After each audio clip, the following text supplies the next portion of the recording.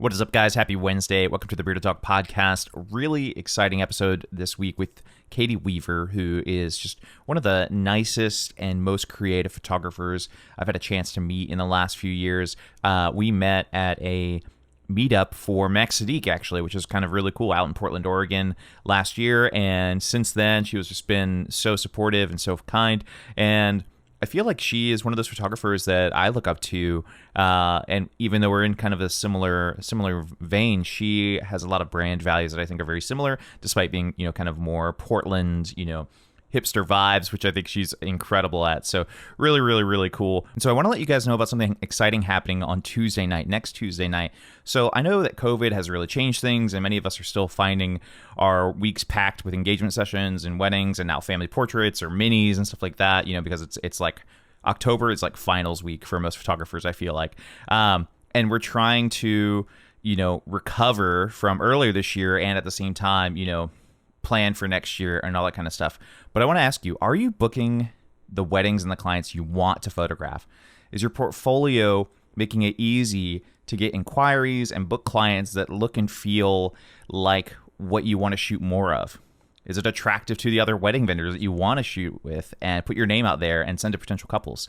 If these questions resonate with where you guys are at, you need to come to the workshop that we're hosting Tuesday night, 7 p.m. in the Facebook group for free, all about building a portfolio that sells. It's going to be really basic, really fun. Just going to teach you guys how to align your portfolio with your brand. So once you found your why, listen to our episodes on that. Once you found your brand, maybe we've done a mentor session with me.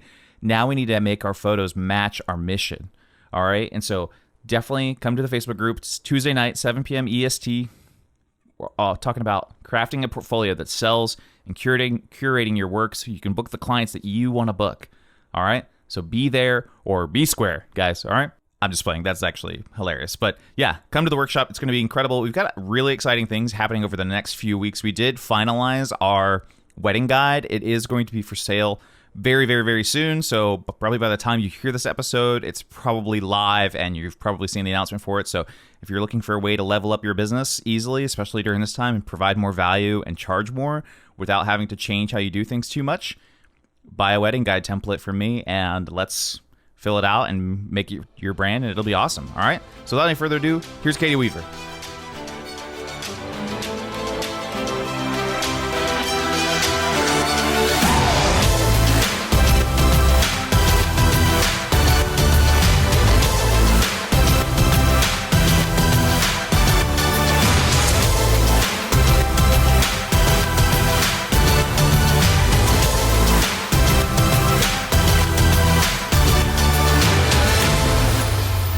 Katy, so excited to have you on the podcast. I feel like the number one reason I wanted to have you on the podcast was we got to meet in Portland, I want to say last year, and it was at like a meetup for Max Sadiq, who has also been on the podcast and is a good buddy of mine. And you were one of the 5 nicest people there. And yeah, so I was like, oh, okay, yeah, like this is Katy seems cool. And then in addition to the niceness, your work was awesome and you're like very cool brand, like very, very sweet. And then yeah, and I was like, okay, yeah, we need to have this interesting, nice person on the podcast. And it's just gotten better with age. Like I found out about you and I was like, oh, I'll follow this lady.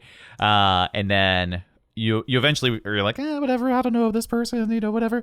But then it just kept getting better. And then you're like, coronavirus hit.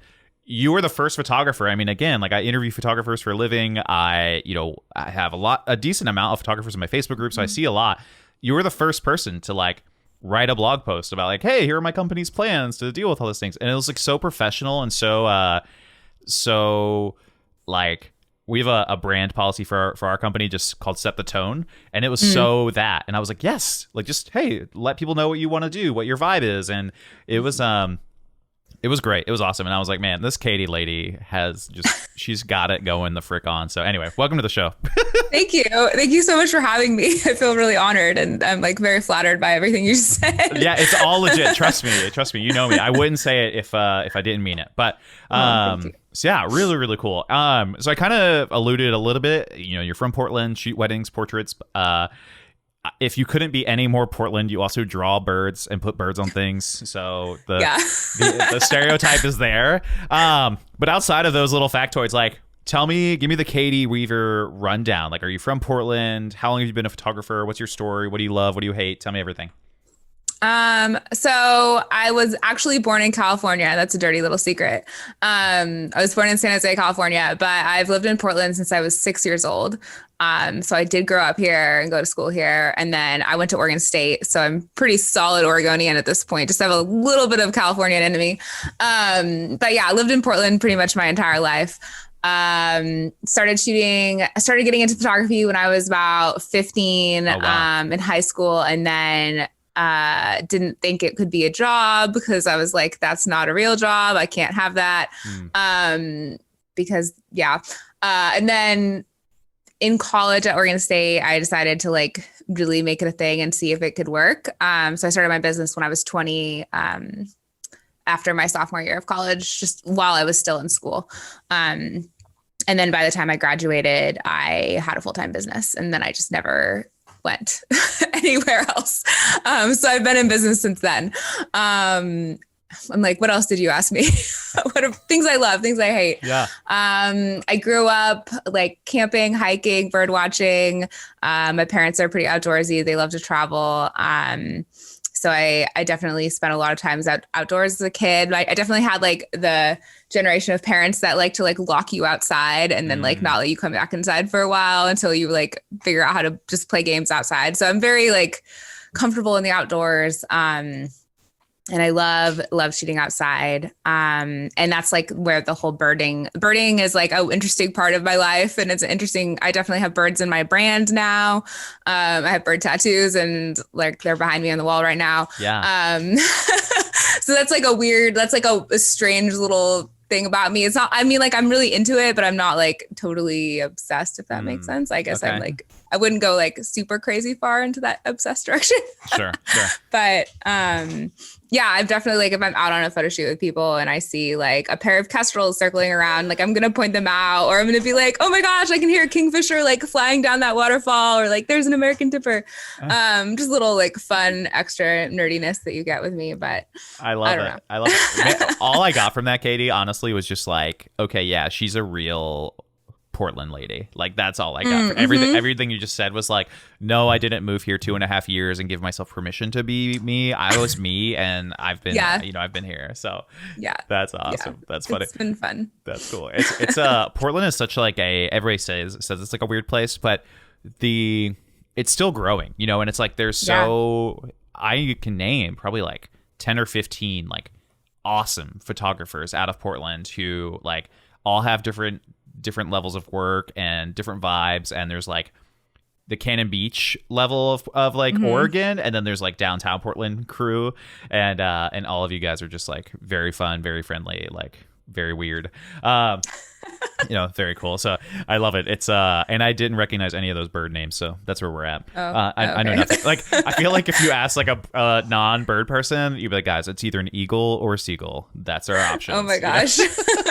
I love it. Or like a robin. I don't know. You never know. Okay, yeah, robin. Anything that is already a team name, right? So Cardinal. Yeah. Okay, if they're Edgar Allan Poe fan, crow, okay, a group of crows and murder. Okay, we're getting there. We're just so you know some things. We had to go deep though. I had to like really, my brain was like doing the work, and it's just emptiness, and so it makes sense. Okay, yeah. So being a photographer for I feel like a long time. Like that sounds like I don't know how old you are, but probably like almost close to half your life now. Like we're about to hit that mark. I've been in business for 11 years now. Wow. So. That is awesome. I read something on your site and I felt like very, another reason that I was like, okay, yeah, I love Katy. I'm a big fan. And it was like I'm going to pull it up just because it could be funny because this is just going to be, oh my gosh, be real on her site, which is a great website, by the way, that her husband made. Yes. But as, the wedding industry is full of surface level bullshit. You need this, you need that. Be trendy, be skinny, be white, be rich. I am only one of those three things. You should have a big wedding. You should spend money, do this, do that. And I just love that. And you kind of walk into your philosophy of like discovering and reveling in the backstory of couples, and that's really cool. So tell me a little bit about that. And have you always been that way? I feel like for me, I dove into wedding photography from the photographer side, right? I was just like, oh, this is a way that I can make money, pressing the button. It was cool. And then I fell in love with weddings. And then I started falling in love with a particular type of wedding and started chasing that down. And then I started falling in love with a particular thing that happens at that particular type of wedding. And then eventually the goal is like, okay, I want to do weddings that look and feel like this with couples that have these same values. So what did that look like for you? Were you always that way, or did that develop a certain way? Or was there a certain moment at a wedding where you're like, fuck this, I'm never doing this again? What was that like? Oh man. Okay. Hard to think about this. I guess like I originally started out wanting to be a fashion photographer. Oh. That was my like original like plan. I wanted to move to Paris and be a fashion photographer. This is like me as a 17-year-old, of course. Yeah. And then I started shooting weddings. A friend of mine who knew me through Oregon State, I worked at the newspaper. This is relevant, I promise. I worked at the Oregon State newspaper, and I ended up actually running that newspaper for a year as editor-in-chief when I was 19. Wow. And so I had this like slight background in journalism, but I don't really want to fully call it that because I was like a child. But yeah, so I ran the paper, and I ran into this friend of mine who saw my work at the time and was like, oh, I think you're really good at this. I want to take you on and like have you second shoot some weddings with me. And I was just like starting, I mean, I was pretty young at that point. And so I was like, sure. So I second shot some weddings with him. And then I started booking some of my own weddings. And I gotta be honest, like the first 10 or 20 weddings I shot, I was like, this is rough. Like, this is hard. Like, I was not sure if I liked it. I wasn't fully in. I was like, I don't know. Yeah. Was it the weddings or the work that resulted in it? Like, were you unhappy with what you were making or just how it felt? I think it was just a very stressful. I think when you first start shooting weddings, it's so stressful because it's just so much and you have to do so much all in one day, all at once. And it's like overwhelming. And like a lot of times when you're starting out, you don't have that much gear. And so you're just kind of like scrambling to make it work. And you have this like idea in your head of what you want to create, but you just can't quite get there yet. And there's just so many moments on a wedding day where if you're starting out, like you just don't have the control that you need. Yeah. And so it was really hard at first. And also how I think the very first wedding I photographed, this is maybe too personal, but the very first one I ever photographed, it was like then that night, my boyfriend at the time had like told me that he had cheated on me like the night before I shot my very first wedding. And so I stayed up the entire night, like crying, and then went and photographed my very first wedding. Wow. And so I was like, love is terrible. So that was like not the strongest start, but as I started doing more of it and like booking more of my own clients, and I kind of like, I had this friend growing up who is a commercial photographer, and he has always been a mentor in my life. His name is Pete Stone. He's really amazing. I hung out with him a couple of times and talked to him more about like my plan to get into commercial photography when I was young. And the more he explained to me, the more he told me about like all of the pre-planning that goes into it and all of the model calls and all of the setups. And just like, he started like talking more about that actual world. Yeah. And everything he was saying, I was like, this is not me. Like, this is not my dream. This is not who I am. Like, I love spontaneity. I love being able to like be like thrown into a situation and make it work. And so that really was like one aspect of weddings that I actually really loved. And I think after realizing more about this ideal that I had in my head about creating this one thing, it was like totally not right. And I really started to love like working with not regular people, but basically regular people, if that makes sense. Yeah. Like, and then I think the storytelling aspect of it, for a long time, I think I do feel like I have natural abilities as a storyteller, but I wasn't quite as in depth with my clients as I would like to be for the first like few years. It was helpful when I did that. I did the year-long mentorship with Robert J. Hill a couple years back. Nice. And that was a very life. Yeah. Love Robert. He's a great dude. And like, I think he really helped me like learn to go a little deeper with my couples. And I think I was already kind of there, but like doing that mentorship really helped a little bit more. So like, I love to like do a deep dive, like interview with all of my couples now and just any client who I want to work with. I want to like talk to them on the phone for like an hour before we work together, get to know like what they're passionate about, what they love, what they hate, like their whole backstory, everything about them. And that is really fun because I literally used to do that when I was a journalist. And I was like writing for this paper and like running this paper. And I did that for like 5 years when I was younger. at various papers, and I've always loved writing and that storytelling side of things. So just getting to like getting an excuse to like deep dive interview people and like really learn about them before I photograph them is, I think, one of the most fun parts of my job. So that's super cool. No, you can talk as long as you would like. Also, yeah, we're big Robert J. Hill fans here as well. So he's been on the podcast twice. Of course. One for a very depressing episode, and then one was like a nice like finding your why episode. Good. But he's great. We're big fans of mentorship here in general, because photographers like to pretend that we can do it on our own, and we suck at that. So, mentorship. Yeah. Okay. No, that's cool. I want to know.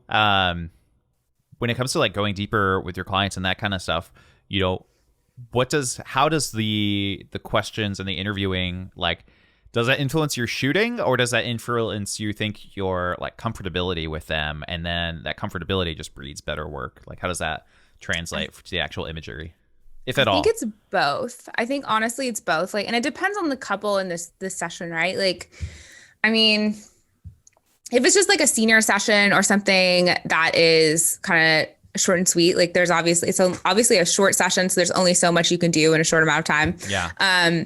But with weddings, it definitely has a huge impact, I think. Like, when I'm having that like long-term relationship with a couple, like just being able to, I like to ask them a lot of questions about their families and their friendships. Yeah. I think that is like really fun for me.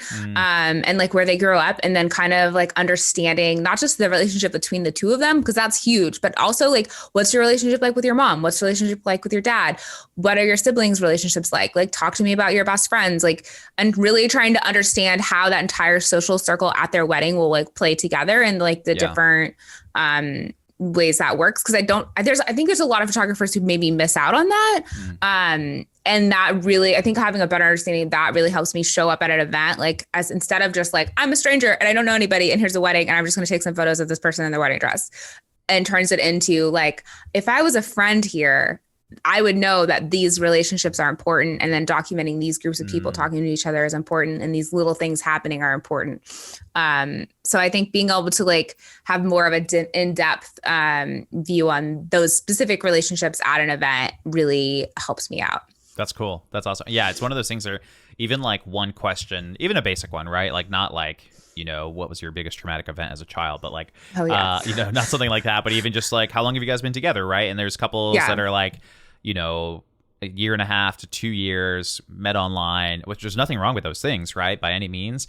And so you're like, okay, yeah. So then that like dictates how the wedding feels in one way, if you could see this, but then like the couple that's been together for 10 years and they're finally doing it, the wedding feels like finally, they probably have longer term friends. Like, everybody's been waiting for this like epic moment, and they're like, finally, this is happening, and I've noticed that how like these different themes and like the different feels at different weddings, where there's like the wedding where the couple's like, yeah, we don't usually spend that much on anything, but we're gonna drop it in a fun way, in an intentional way on wedding day, or the couple that's been together forever, or the couple that's like, I feel like every wedding after 2020, or even the weddings we're shooting now, are like, this is the only joy we're having this year, please let us have as much as possible.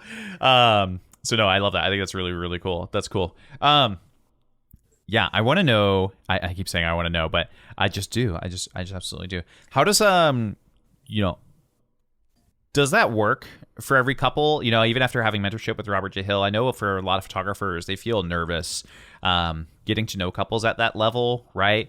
Maybe couples, depending on their like buyer type. I don't know when you interview them, but if it's like pre-booking and they're like talking to 10 photographers, it's different when you go deeper, right? They're like, oh, all of our other calls have been 11 minutes and this call with Katy is an hour. Like, what does what does that look like for you, as far as does that work every time, or you had like trying to ask like a personal question and they're like, we're not going to answer that yet? Yeah, I mean, I feel like it's all like part of the whole like marketing, branding, everything, Yeah. right? So people have seen my website, who've actually looked at my website and have seen my like philosophy on things. Yeah. I think they're coming in a lot of times expecting that I'm like really excited to have this conversation with them. And even from my initial response email to their inquiry is long. Like Yeah. I am not a short-winded person. Yeah. So like I'm already like hitting them with my why and like why I'm stoked to talk to them and like all these things I'm curious about and like everything that's important to me in that first email. So they already know like, okay, we're booking a call with Katy. That's like my step is like email first, and then they get to schedule a call with me if they're serious and they want to talk. Yeah. Like I don't book anybody until after we've talked on the phone. Right. So yeah, I think if I get people on the phone and they're kind of reticent to tell their stories, or there's obviously, I don't want to be too pushy or prying. Like that's not what I'm trying to do at all. Like I'm just like, oh, tell me about yourselves. And I think it's really fun to tell about yourself. I think people like doing that. I think in this year, especially like having someone be genuinely curious in your story and like wanting to listen and like be able to tell that to somebody is pretty fun. Yeah. I want to say, hopefully. Yeah. You're kind of doing that to me right now. And I think that's what I was going to say. You're telling me, Katy. Yeah. So I do think it's fun. And I do feel like I go into those calls being like, I'm genuinely curious about this human being. And I'm really excited to like, just get a chance to like fully interview them. Yeah. And yeah, it's not the people who don't want to talk, or there's not that connection there, then they're just not my clients. And it's really obvious, like up at front to me, that if they're looking for like a much more like cut and dry vendor relationship, then I'm like, that's amazing. You should totally go find that right photographer who you talked to for 11 minutes, who like connected with you in that 11 minutes super well. Like I am happy for you to have them. Like that's great for them. Totally. I don't need that. Yeah. It's funny. People don't realize like something I talk to a lot of my mentees about is like, we call it the sales process, but it doesn't have to, people get weirded out by that word, but that is the process. Like you said, like your branding is like your invitation, like everything is starting slow. I always equate it to dating. I'm like, oh yeah, that's your Tinder profile. And then they swipe right. And then their first email is the DM. And like, there's certain filters along the way. So like, if your contact form is a little bit longer, that couple better like you, right? Like they're going to have to answer more questions. Do you want to get to you? And then if they keep making it through these like little filters, then by the time you get to the call, in theory, they know what to expect, right? Or that first email is like, oh, wow, this lady is ready to talk. This person wants to go deep with us. And if people don't get to the call, then it was too much for them. Or they're like, nope, we're just looking for pricing. Okay. Yeah. I think that I really like how my process works, and it's really serving me well. And I think it serves my clients well right now. That's and awesome. I think that it took me a long time to get to that process, but it feels really good. And I feel like I like knowing that I don't have to go into every call being like, oh my gosh, like every single person has to like me when I talk to on the phone. Like most of them do, but like if it doesn't go out well, it's like really a good sign for both of us, because we realized early on in this relationship that this was not going to work out. Yeah. And then the other thing I was going to really quickly add to that is, like, especially when you're talking about long contact forms, like I used to have a really long contact form, and then I recently shortened it because I was like, this is just too many things to make people fill out when they're like super busy and they don't know anything yet and they're shopping around. I was like, that's too much effort. Yeah. Like let me get them a little bit in deeper, and then I'll get more information out of them, like on the phone. Yeah. And the thing I've noticed over the years is that a lot of times there's these people who are super amazing, wonderful human beings that, like, no offense to them, but they suck at email. Like they just suck at email, and like they're cold and hard and like not nice sounding over email, but you get them on the phone and you are like, oh my gosh, you're such a cool person. And I think I used to write off a lot of couples like that. And earlier in my career, I was like, oh, they're not going to relate to me because I'm like a gushy exclamation point email sender. But I think the phone calls really help you like get to know all the layers of a person like so much better. Yeah, totally. I feel like there's, it's one of those things where you can just tell. I wish everybody knew, hey, like the effort that you're going to put in on your initial email will, in theory, it shouldn't, but it does, like, will reflect my excitement back to you. Yeah. Versus like faking it, or like the idea of, again, like in your message, box or whatever, when people are like, yeah, we're looking for pricing and availability. But then you're like, no, like, why me? Or are you just looking at me? And again, it's just people like buy differently too. That's something I tell my mentees as well, of like, guys, if they're just looking for a photographer, and photographer is like whatever the wedding planner's standard percentage of their wedding budget is, they're just looking for the maximum person that feels good, that can fit in that spreadsheet. That's it. Like that's the non-romantic way of looking at it. But it's like, yeah, if they are a little bit more artsy, or they're a little bit more intentional, or they like somebody who's a little bit different or edgy. Like in DC, it's light and airy everything. There are no skies. And I'm like the black sheep. Like, my website is all black. I have 2 ladies kissing on my homepage. Like for DC, it should be Barbie and Ken and like a white, dress and a suit on like some monument. And we are very like, we like that, but we're very, if you're not into that, people are like, oh, this is our guy. Like that's our brand. They're like, oh, okay. Which is in DC, we found, and we got super lucky, there are a lot of couples that are into that. And there are those couples out there that are like, yeah, I want something different. Or they realize, like, I think photographers used to be like, when Instagram came out, right? Or the iPhone, they're like, oh man, this is going to ruin our businesses. And I'm like, no, this just made it more fun, because people love imagery and people love photos. And now they're going to be more, if they really do love it, they are going to be intentional, right? And they're going to be like, yeah, like I've been following Katy for 2 years. Like, I feel like that's my most common ideal client, is somebody who's been like hiding in the woods, right? And I haven't really been paying attention to, if I saw their like, I wouldn't know necessarily, or their follow back in the day. And they're like, yeah, I know you, I know your wife, I know, or whatever. Or even for me, like following you, I'm like, oh, I know your husband's name. I know that you just got a dog, a greyhound from a rescue. I know that you went to Southeast Asia during, or like right at the beginning of COVID, and had to be contact traced, and like all this stuff. Like very weird. But again, that's like all of your ideal clients are like waiting. If they already have found you, and if they haven't found you, then that's like a different section of the process. But it's I don't know. It's one of those things that I like to invite photographers into. And then at the same time, like we mentioned, not everybody is our client. And I even tell them, like, wedding standard is like, conversion rate is like 25%, 30%. And that's if you're not a Robert J. Hill stan. Like if you're a Robert J. Hill stan, it's even lower.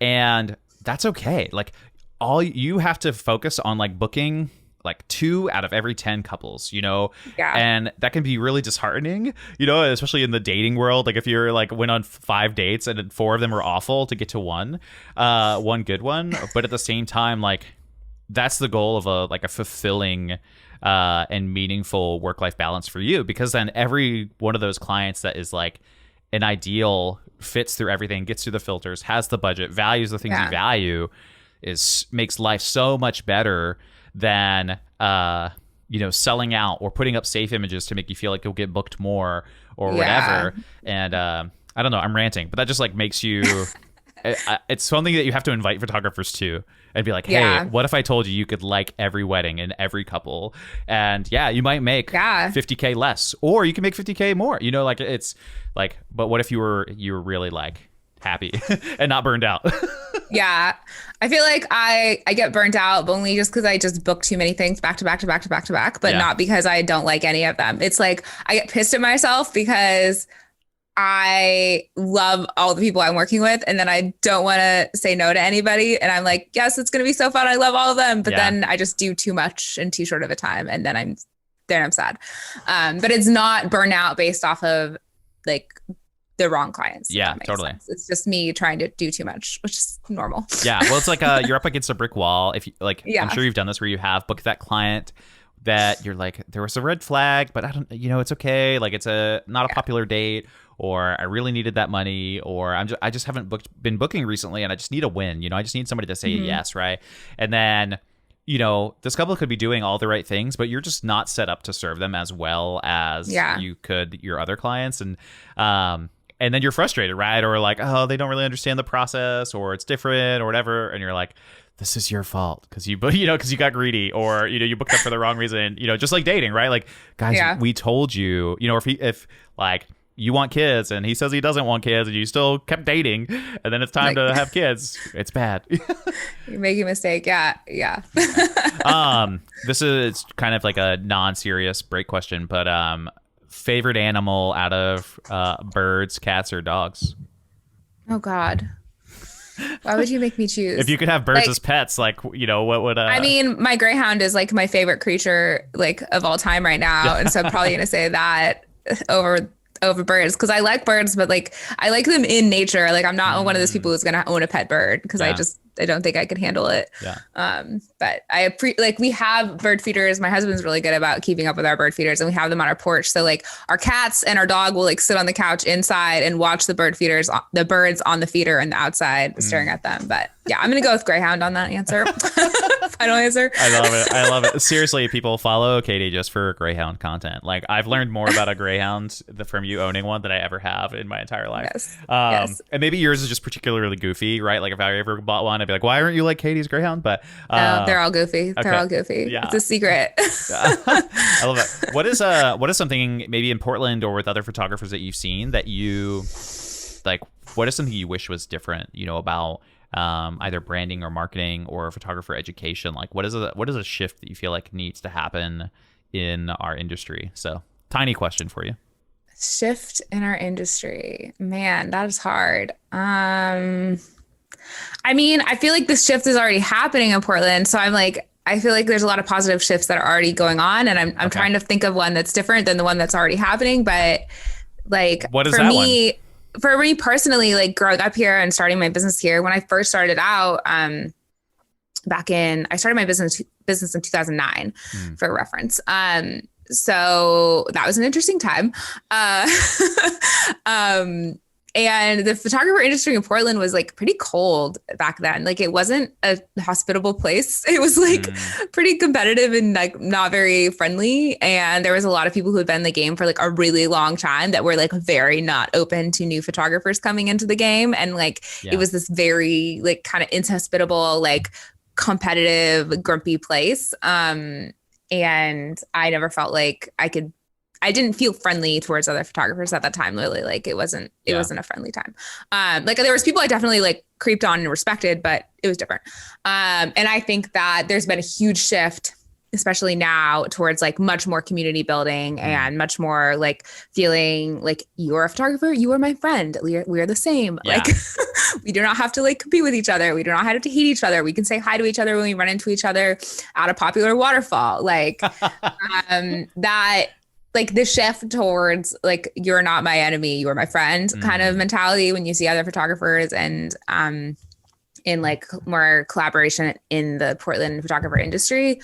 I think that is the shift that's been slowly happening that I want to continue to see happening, especially just as we are entering an age of just difficult times overall, I guess, and a lot of like hatred in the world and a lot of like angst and anger. And I think that anytime you can have more community built, the better. So that is my short and sweet answer of that, I guess. No, maybe sounds hunky dory a little bit too much, but no, it's all good. I mean, it's a weird thing, right? When it's photographers, I always think about this, maybe you'll laugh and maybe I'm actually wrong, but I always wonder, I'm like, are there plumbing Facebook groups and plumbers are like, hey guys, what do you think is the best wrench for this toilet pipe? God. Or like, hey guys, did you see Caitlin James's new wrench video?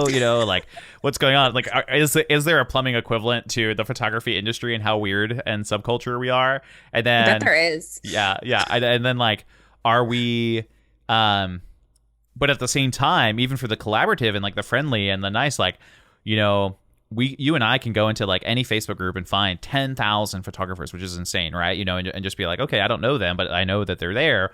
Whereas I don't know if like plumbers know like how big their industry is, or like, hey, in Portland, like there are a lot of plumbers, or like, hey, here's some things to like help you out with your brand, or it's just one of those things that I've been learning as I've grown older, like, and owning a business and ironically owning a home and hiring contractors. I'm always like, I'm always curious. I'm like, okay, you're great, you're solid, but who's the person that like is killing it at plumbing, or who's like the plumber that has like really good SEO for no reason other than to help out, So it's just like interesting, and I'm always curious about like, do photographers do that? And I think now, like the last 10 years. Overall, I think it's gotten to similar to what you mentioned. Like there are podcasts, there are resources, there are Facebook groups, there are places where I don't know if you're going to foster like best friendship, and that might happen by chance, but you can definitely like there's people out there, I feel like. I don't know. Yeah, I think that I would not be where I am today without so much help of these mentors earlier on in my career. And I know that like a lot of times people will ask like the question like, oh, how did you get started? Oh, how did you get started? Oh, how did you get started? And I feel like my story is not particularly relatable at this day and age right now. Yeah. Just because so much has changed. And I'm like, wow, like I feel old now. Yeah. You started the old school way. I do feel like the mentorship that was a part of my that helped me get to where I am, that like is really relatable. And anytime a group of photographers can be hospitable just for the good karma sake of things and just like, don't be a dick. Like anytime that can happen, like you're going to create a better industry overall versus like trying to like, elbow people out or make them feel unwelcome because they're newer or anything like that. I don't know. Yeah, no, totally. I feel like my personal policy now for other photographers is like be nice all the time. Yeah. But I think sometimes, at least for me, the only thing where that sucks is as I've like, I've like grown this podcast and stuff, things that I didn't really expect or know how to understand was like, oh, now I have to have boundaries. And so, yeah, like I legit cannot, if they're a complete stranger, like if I don't even know them, I cannot do the, hey, can I take you to lunch and pick your brain? I can't anymore, like that's no longer something that like time wise, I have to answer to my wife. And she's like, Adam, why'd you go to lunch for free and give them $1,000 worth of information? Or, like like our time gets worth more, right, over time. Yeah, and I'm like, oh, I can no longer do that call. And it's like, you send them, you're like, oh, that's so cool. You send them the mentorship link and then they're like, oh, you're the worst. And you're like, no, like, trust me, like let's just meet for an hour, but just pay for the time. I promise, and like, so that's the one thing I've learned is like, yeah, I want to be as friendly as possible. But it's like, nope, we all have boundaries. And eventually it's like, you go through seasons of where like, I feel like I have to put my horse blinders on and be like, okay, I need to focus, head down. This is what I'm working on. Like right now, like I'm working on, developing our Facebook group, keeping the podcast strong, working on a course for next year. It'll be my first ones. Right. So I'm like terrified. Ooh, yeah. So I'm like, okay, yeah. Like what? I need to outline everything. I need to push it. Need to film, promo video, etc. All the stuff, funnels, which I suck at. Like get everything going. And then it's like, yeah, guys, I don't have time to, or COVID has helped. COVID has helped me not have to go to do anything, and I'm an extrovert, so I love doing stuff. But it's like, nope, I cannot go to the Rising Tide meeting every weekend, or go get drinks with the girls or whatever, or like. I still shoot triples, so I'm like, yeah, this weekend I'm not doing anything, guys, and then I'm drowning in 12,000 photos or whatever. Yeah. So I don't know. That's my friendliness call, guys. So if you're listening and you want to pick my brain, you just got to pay for it. I'll give you the tools. Yeah. No, boundaries are super important, and that's like a huge thing that I feel like I've been working on forever, and I'm not very good at, and I'm still working on it, and it's a struggle. And I think women struggle more with maybe more boundaries in our society because we're like taught maybe not to have as many boundaries as men. Yeah. Or at least you feel bad implementing them, which you shouldn't feel bad. It's like more of a like, oh, I can do anything for anybody, like this bullshit. Like for me, like I set my boundary is like, I will 45 minutes at a coffee shop, buy me a coffee, and I'll like you can pick my brain for 45 minutes for free for coffee. And at that point I'm like, okay. And if it's during my like, I wouldn't do that in the middle of my busiest time. It would be like, I can meet with you like between January and May, like in Portland, but not anytime. So yeah, be like, if it is raining, you can do this. If it is not raining, we're not doing But this. I'm also like, for me, I know for an introverted person, like for me, I go do that type of a meeting and I might be like, oh, like I have to go be on, but like really that's like energizing to me to like be with people. Like the more time I have with people, like I'm going to come back feeling like alive and refreshed from that. So it's not even going to be a drain on my resources. It's going to be like positive. Yeah. So, but like knowing your boundaries in terms of like, this is going to deplete my energy. This is going to add to my energy. I think that's a huge thing as a photographer to realize and learn about yourself. Yeah. I think that one of the things is that was hard for me, but I learned from a few of my own people that I was watching, I call them heroes, like my own people that you have your 5 heroes and you're like, okay, I want this from this person, this from this person. And but it's like, normally, especially because once you go full time and maybe you get to the point where, like we talked about, like you like what you do, like you're like, I enjoy this, or like I enjoy photographing couples, hanging out, like my couple last night got tacos and ice cream mid-session, like Oh my God. very fun. Like they had a dog, right? Like it was like everything. They had a political sign. It was very DC. It was great. Like it was just very fun. And they were just so chill. And then the photos also turned out great, and we got to explore a new place. Like everything was great. But at the same time, it's one of those things where, again, it's like you get married, your time and priorities have to shift a tiny bit, and other facets of life. And, for me, it was like I don't have a rule for weddings per se, but it'd be like, hey, I only want to take 2 sessions, like 2 non-wedding sessions a week, or only when I started doing engagement sessions only on weekdays. That was terrifying, and it still scares me when couples are like, hey, do you have any time on the weekends? And I'm like, no, those are for weddings, period. And you're like, oh, Yeah. how are they going to take this from me? But it's like, it's so now it's like ingrained in our brand culture, and couples just know. They're like, oh yeah, of course weekends are for weddings. Yeah. Like, duh, Sheila, and I think that's really helpful, for sure. But I don't know. Like when I first respond to an inquiry for a couple session, and I like I have my first paragraph, and then I have my second paragraph that talks about these are the dates and times I currently have open. And then I literally have a line in there about I shoot weddings on the weekend. So I won't have much weekend availability unless it's middle of the winter. Yeah. And so it's setting that expectation up front is huge. Yeah. I don't know. Who are your 5? I'm curious. Have you said this on the podcast before? Your 5 heroes? No, I haven't. This is a great because you just question. said that, and then I was like, you got to tell us who they are. Okay, only if but you have to share yours after. Okay. Okay. Well, I have to think of them, but that's hard. That's okay, right. I can think of 3 maybe. Yeah. Well, mine. The trick is, and I think other photographers will understand this. They've shifted as I've grown, right? As a photographer or a business person or whatever. So honestly, I'll start with the one that's just top of mind. And these are not in a ranked order by any means. But my first one is this photographer named Tony Hoffer, or the Hoffers, out in Pennsylvania. They were local to where I went to college. And as I was getting into photography, weddings were not on my radar. I was a concert photographer. I toured in a metal band. I was very much into that kind of zone. And then I saw his photos, and he's what made shooting weddings look cool to me. Oh, nice. He was that first person where I was like, oh, you can have an artsy photo of a couple, which sounds insane, and not even mag mod, develop level of that kind of stuff, but just a cool photo, or a reception photos of couples having fun that looked good. It was very rare. And I mean, again, this is 10, 11 years ago, right? So the Hoffers, Tony Hoffer, and he's one of those things too where he's been on the podcast, and I don't think he knows how big of a fan I am because I try to hide it, but he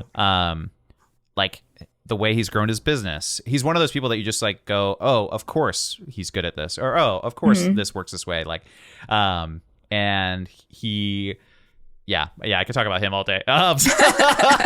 He's great. He trained his wife to shoot with him to become a husband-wife team, and she is now just as good, if not better than him.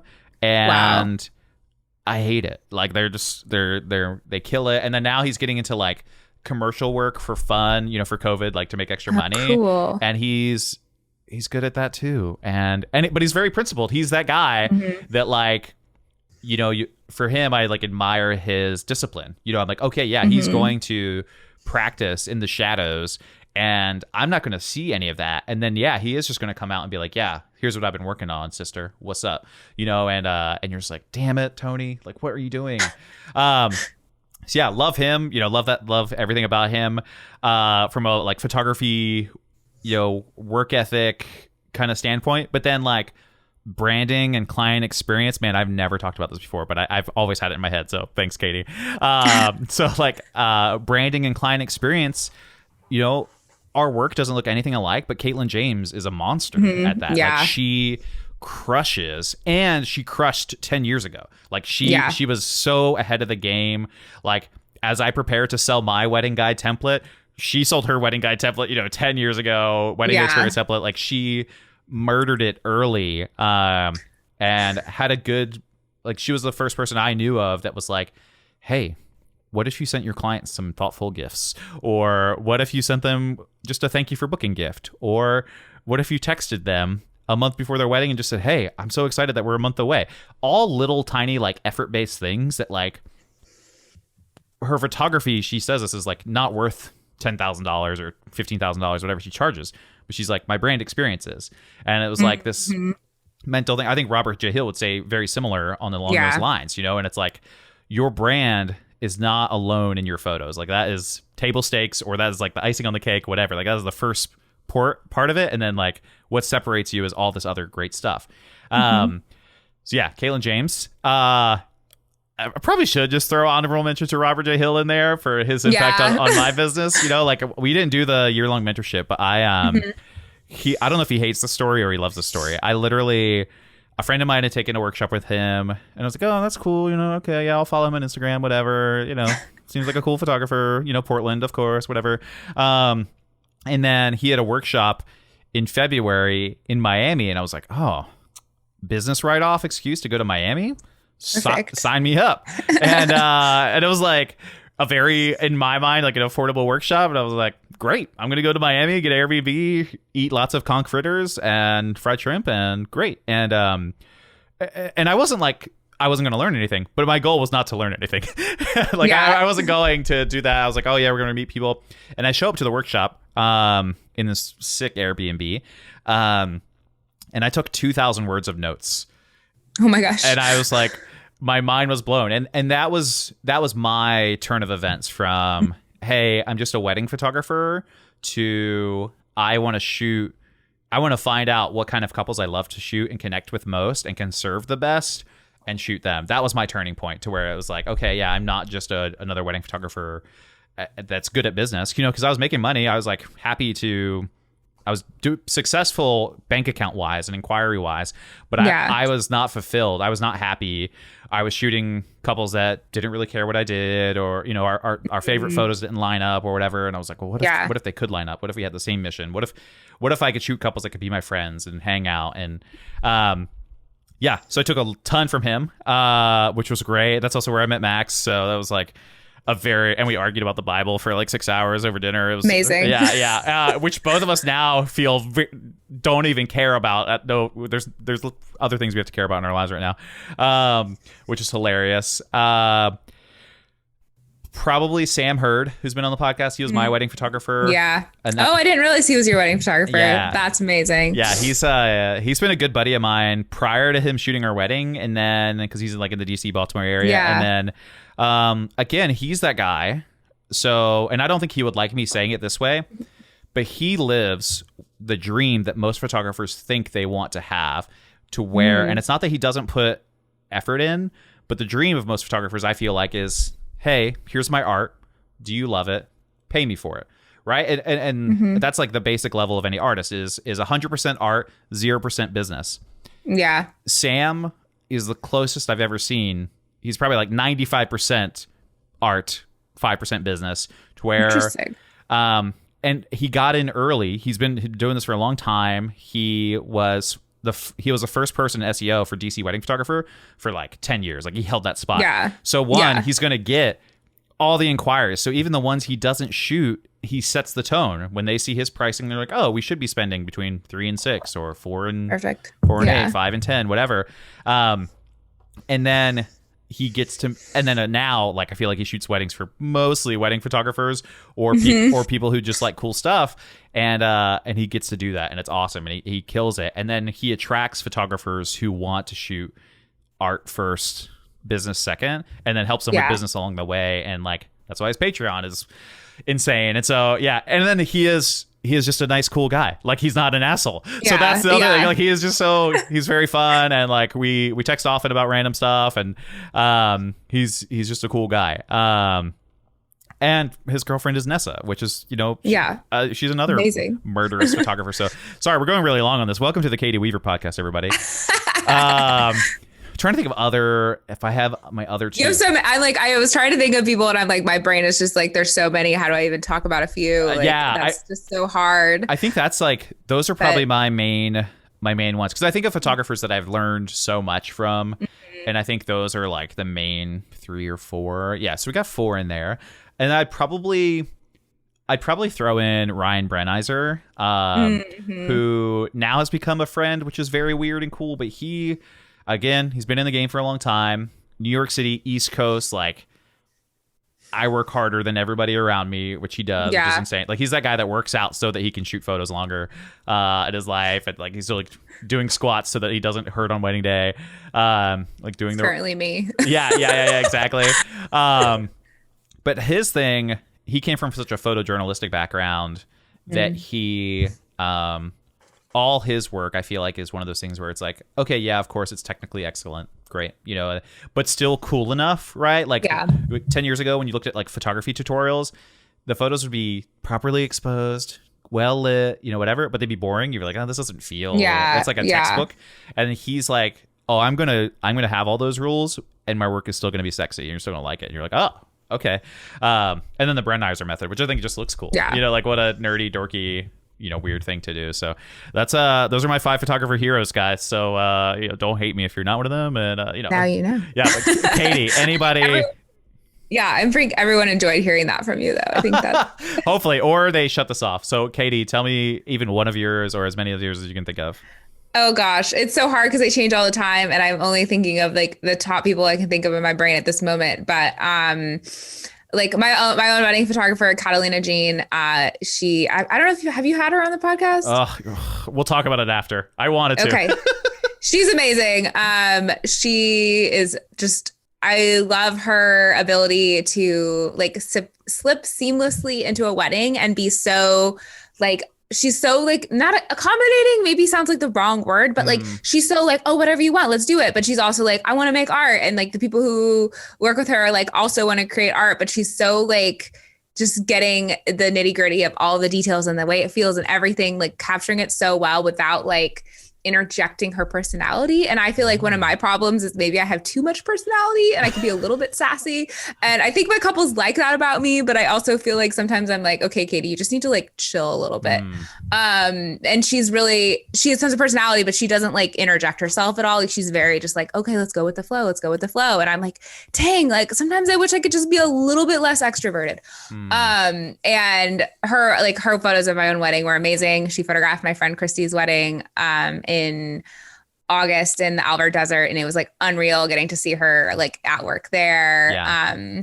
She's just like so talented and so nice. And like, it's like, she's a really good combination of personality and skill. And she has this whole SEO like empire that she knows about. It's like, also like, I could go and talk about that forever. So like, if I had her SEO capabilities and her like, just her easygoing demeanor, I wish them best. So great. So she's the first person I thought about. Okay. I also thought about my friend Rachel Rowland. I don't know if you know Rachel.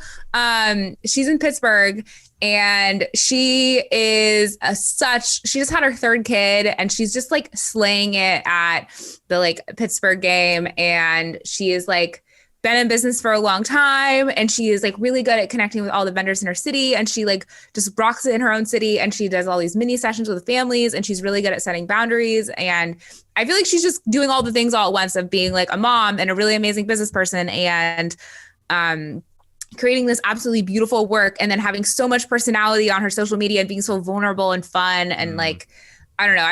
I met her at Heck Yeah Photo Camp years ago and took some photos of her. And I recently paid her for a short mentor session about mini sessions because I started doing more minis this year. And I was like amazed by her process. I was like, Rachel, teach me what you're doing because you're so good at this. She looks awesome. I love her work. It's super cool. Yeah. Her work is gorgeous. And her personality is just like my favorite. Like she's just so fun and bubbly and like, yeah, like I think another embarrassing story. I was in Barcelona for my friend Marcella's birthday in 2019. Marcella JPEG. Yeah, Marcella.jpg. We were in Barcelona together hanging out. We had just had a really great night out in Barcelona. It was like 3:30 in the morning. And somehow like we ended up being on Instagram. And of course it was like a normal time on the East Coast. And so Rachel was awake and she was like messaging us and we just like aggressively FaceTimed her from Barcelona at like 4:00 in the morning while we were just plastered. And it was amazing. And she's the kind of person you could just randomly do that after not talking to her for like years and years and just FaceTime her and like have the best time. I love that. I don't know, but yeah, that's those 2 people I was thinking of. I thought about Robert. Yeah. And there's another photographer, I believe her name is Kenzie Kate. And she's out of Colorado. I think I was like trying to rack my brain, and she's like influenced me for years. She has this really, I think that's right. I hope I'm getting her name right. She has this really beautiful, very documentary photojournalist like aesthetic. That's just like, it's a little bit messy, but it's so real. I don't know. Okay. Hopefully I got her name right and I'm not messing it up. Yeah, what I found looks cool. I don't know if it's real. We're just doing this live. It's probably, everybody. I haven't looked at her Instagram in a little bit, but yeah, she has this really interesting like raw eye for things that sometimes I feel like I'm a little bit too like anal, and I'm a little too like everything needs to be straight and like composed perfectly, and I tend to like over perfect things. And I wish that I could like let go a little bit more. And so like I really like the way that she has let go and how much realness her images have, if that makes any sense. Yeah, that's cool.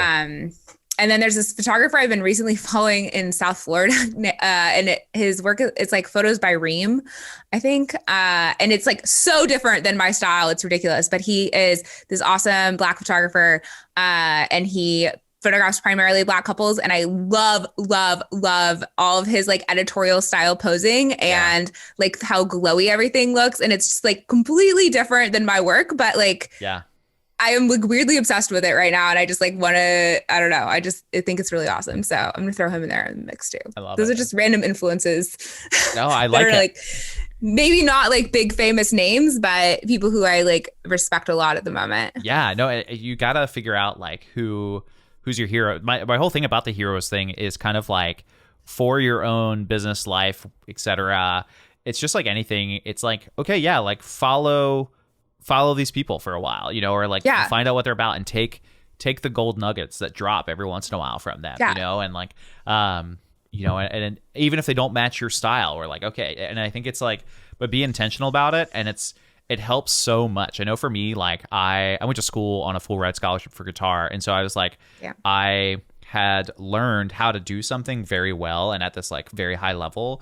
And with photography, that was kind of my recipe. I was like, oh, well, yeah, like guitar, I have these 5 heroes.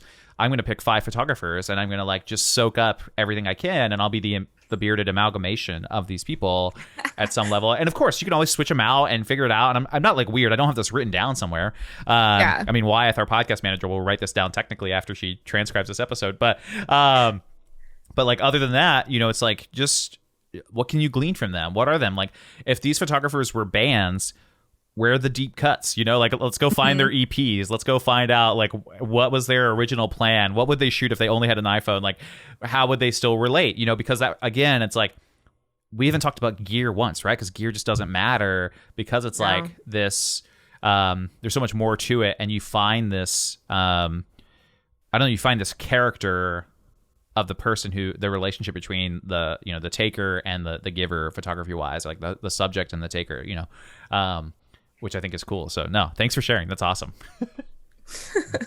Yeah, I love it's hard. Like I was like, I wish I did research on this and like thought about it ahead of time. That's like who are my 5 people, but just pulled it out of my butt. If you, it's totally fine. We support lots of butt photographers here on the Bearded Talk. No, and I find too, if you go to bed tonight or some other night and you're like, damn it, I forgot to mention this person, you can just DM me. I'm like, also too, I'm gonna reach out to all of these people and be like, hey, come on the podcast and be like, Kate Weaver talked about you. Katy Weaver talked about you.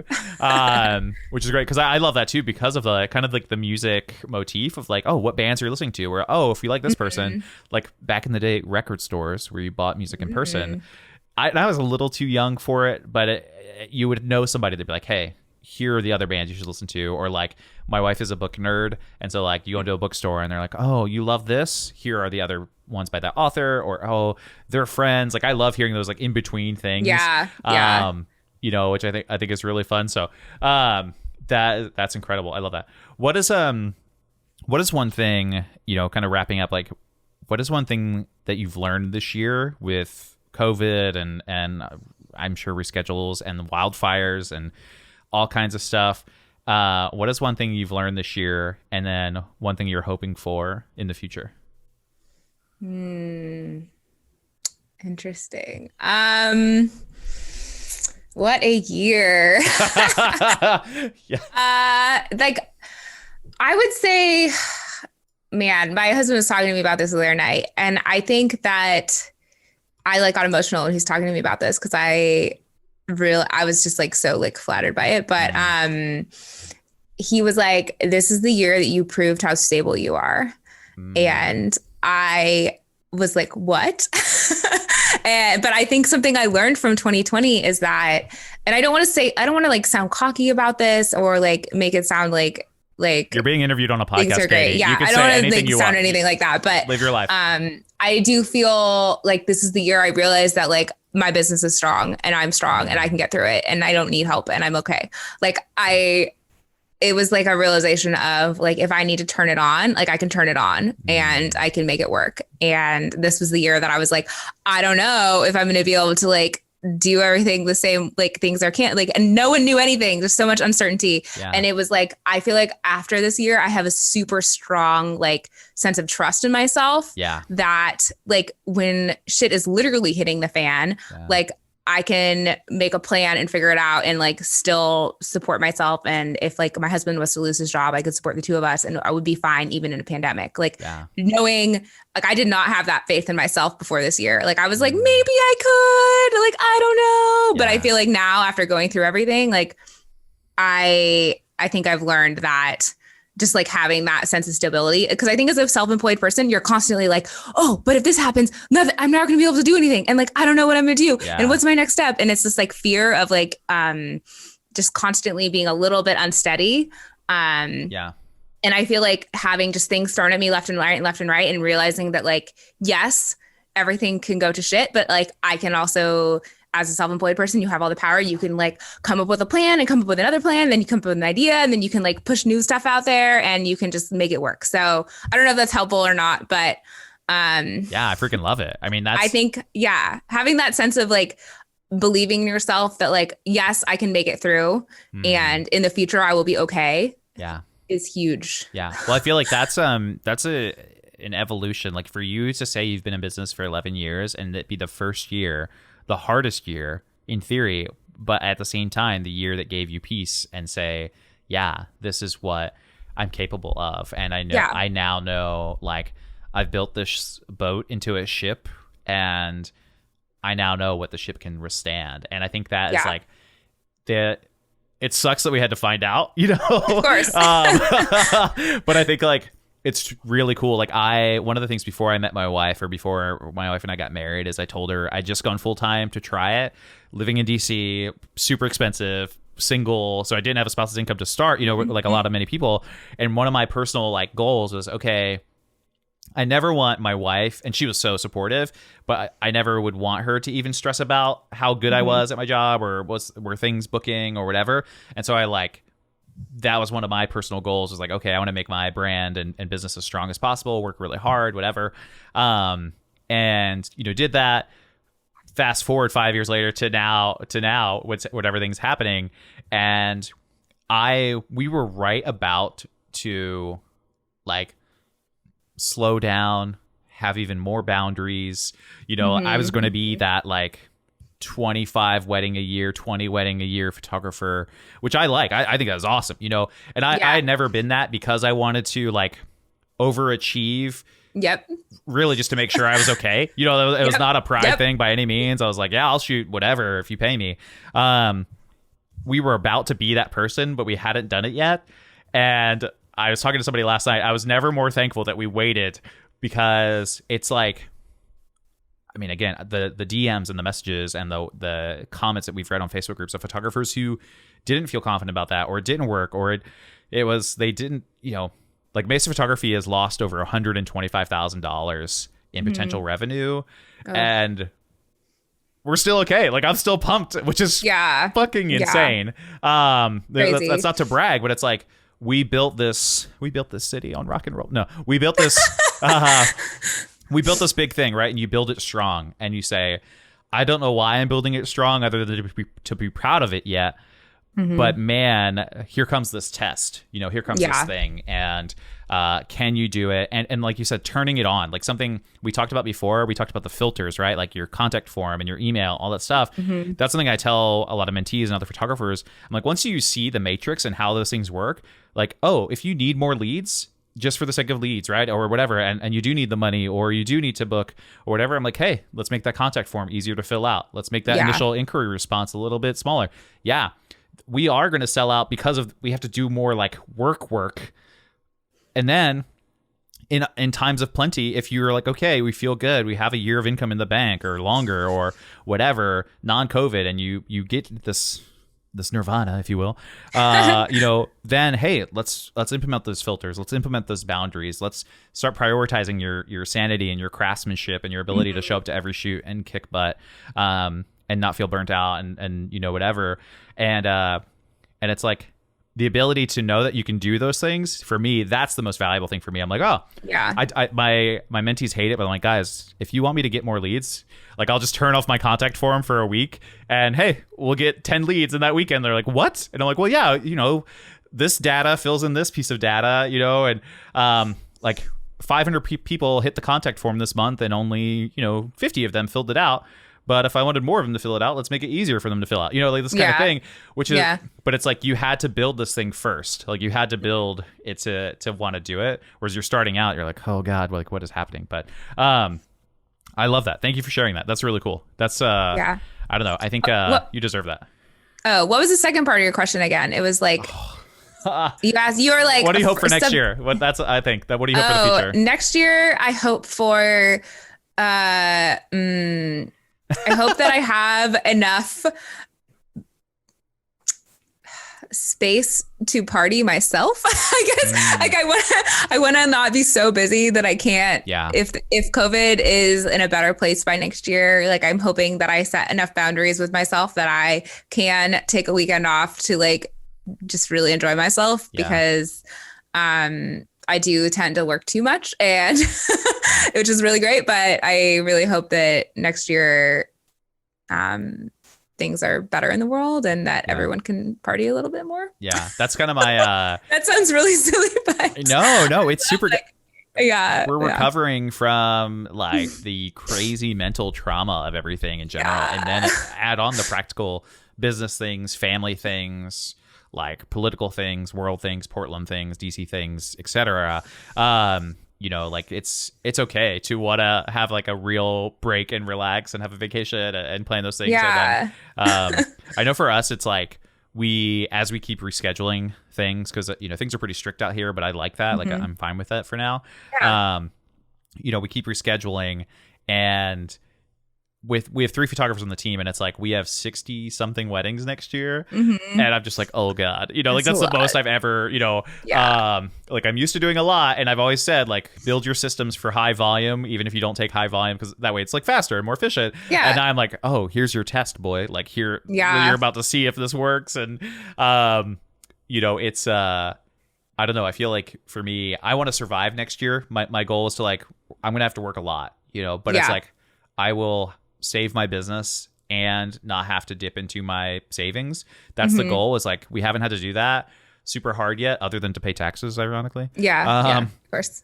Because the government loves when you do great, and I hate it. But the goal is to survive 2021 and make it through, and then hopefully have like a normal 30-ish weddings 2022, and then and go back to implementing those boundaries we talked about. And like my wife's a teacher, so like this was our first year where we were going to take July off and like go just live somewhere, do something, be fun, like save up for it. Like we're not baller spender kind of people, but we're like, all right, we're gonna have a month where we're just gonna like have fun, like save up for it to where we don't have to care.